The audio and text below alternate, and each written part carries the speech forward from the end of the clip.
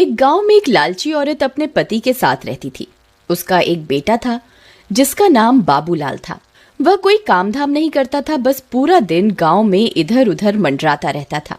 एक बार अगर और मुझे राम प्यारी बोले ना तो एक लगाऊंगी। चुपचाप यहाँ से चला जा, नहीं तो मुझसे बुरा कोई नहीं होगा।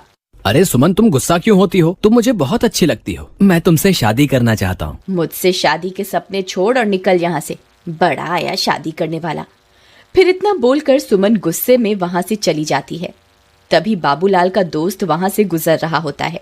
अरे बाबू भाई, ये सुमन तुमसे क्या कह रही थी? कुछ नहीं भाई, अपने प्यार का इजहार कर रही थी। लेकिन भाई उसके हाव भाव से तो कुछ और ही लग रहा था। बाबू भाई, मेरी बात मानो तो तुम इससे दूर ही रहा करो। गांव वाले बोलते हैं इस सुमन के ऊपर चुड़ैल का साया है। ये रात को अकेले वीराने में घूमती है। कुछ लोगों ने तो इसके उल्टे पैर तक देखे हैं। तुम्हें पता है ना, उल्टे पैर चुड़ैल की निशानी होते हैं। चल बेवकूफ, तेरा दिमाग खराब हो गया है जो इतनी सुंदर लड़की को चुड़ैल बोल रहा है। सुमन कोई चुड़ैल वुड़ैल नहीं है, मैं तो इसी से शादी करूंगा। फिर इतना बोलकर वह अपने घर की ओर चल देता है।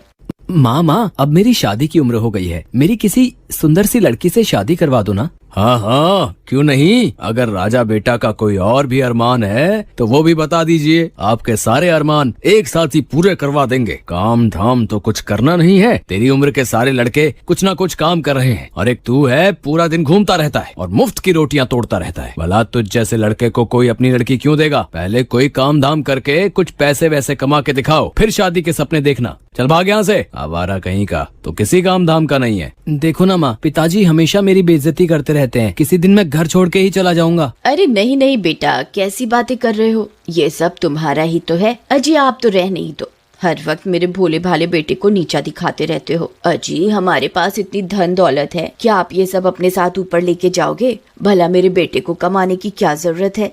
माँ, मुझे सुमन बहुत पसंद है। तुम उसके घर मेरा रिश्ता लेकर जाओ ना। ठीक है, मैं कल ही सुमन के माता पिता से तुम्हारे रिश्ते की बात करने जाऊंगी। फिर अगले दिन बाबूलाल की माँ सुमन के घर रिश्ता लेकर जाती है और उन्हें अपने पैसों का रुबाब दिखाती है। देखिए बहन जी, आप बहुत अमीर लोग हैं और हम गरीब। मेरे पास आपको देने के लिए कुछ भी नहीं है। तुम्हारी किस्मत बहुत अच्छी है जो तुम्हारी लड़की की शादी मेरे बेटे से हो रही है। बस तुम सुमन की शादी मेरे बेटे से करवा दो, मुझे तुमसे कुछ नहीं चाहिए। इतना बोलकर वह वापस अपने घर की ओर चल देती है। अगले दिन सुमन और बाबूलाल की शादी हो जाती है। बाबूलाल सुमन से शादी करके फूला नहीं समाता। रात होने पर बाबूलाल और सुमन अपने कमरे में सो रहे होते हैं। तभी सुमन उठती है और सीधा घर से बाहर निकल जाती है और जंगल की ओर चल पड़ती है। बाबूलाल के दोस्त को सुमन पर पहले से ही शक होता है, इसलिए वह उस पर पहले से ही निगरानी रखे हुए होता है। अरे ये भाभी इतनी रात गए कहाँ जा रही है? मुझे इनका पीछा करना होगा।